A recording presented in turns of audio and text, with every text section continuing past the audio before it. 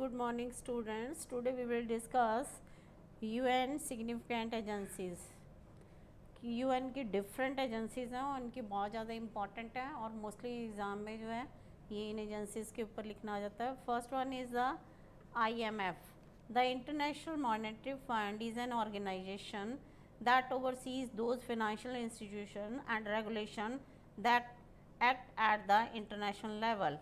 The IMF has 189 member countries but they don't enjoy as equal say कि जितनी भी इसकी 189 कंट्रीज है मोस्टली सभी को इक्वल जो है इसकी इम्पोर्टेंस नहीं मिलती.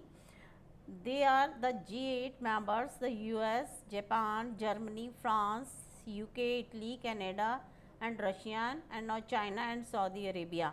ये जो कंट्रीज़ हैं इन्हीं को ज़्यादा बिकॉज 52% ऑफ द वोट्स जो हैं वो इन्हीं मोस्टली कंट्रीज़ की हैं और the US alone has 16.54% votings कि US की जो है अकेले की जो वोटिंग्स राइट्स हैं वो 16.54% हैं. And next one is the world bank. The World Bank was created during the Second World War in 1944. Its activities are focused on developing countries. It works for human development, education, health, agriculture, rural development, irrigations, rural services, environmental protections, pollution reductions, and establishment and enforcing regulations. And it's also roads, urban regeneration, electricity, and governance, anti-corruption, development of legal institution. It provides loans and grants to the member countries. In this way, it exercises enormous influence on the economic policies of the developing countries. It is often criticized for setting the economic agenda of the poor nations, attaching stringent conditions to its loan and forcing free market reforms. Next one is the WTO. The World Trade Organization is also an international organization which sets rules for global trades. The organization was set up in 1995 and as the successors to the General Agreement on Trade and Tariff created after the Second World War. What is mean by the tariff? Tariff is a tax on import and export between the sovereign states. And it has 164 members. All decisions are takers. All our decisions are mostly taken by the US. But the major economic powers such as the Japan has managed to use a veto to frame the rules of trade to advance their own interest. कि mostly जो है ज़्यादातर जो फैसले जो है वो US ही करता है अपने टोटल इंटरेस्ट को देखने के लिए. इसके अलावा जो है EU और जापान की भी जो इकोनॉमिक पावर्स जो है इसमें मेजर रोल है और वो भी जो है वो अपने इंटरेस्ट के लिए जो है रूल्स एंड रेगुलेशंस के अपने इंटरेस्ट के लिए जो है उसमें फ्रेम करते हैं रूल्स एंड रेगुलेशंस को. Next one is the IAEF. The International Atomic Energy Agency was established in 1957. It came into being to implement the US President Dwight Eisenhower's Atom for Peace proposal. It seeks to promote the peaceful use of nuclear energy and to prevent the use for military purposes. IAEA teams regularly inspect nuclear facilities all over the world to ensure that civilian reactors are not being used for military purpose.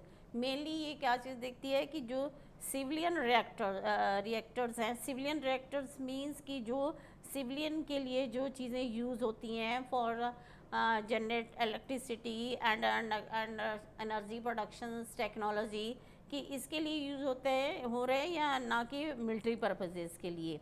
And next one is Amnesty International. Amnesty International is a NGO that campaign for the protection of human rights all over the world, and it promotes respect for all human rights in the Universal Declaration of Human Rights. It believes that human rights are interdependent and invisible. It prepares and publishes reports on human rights.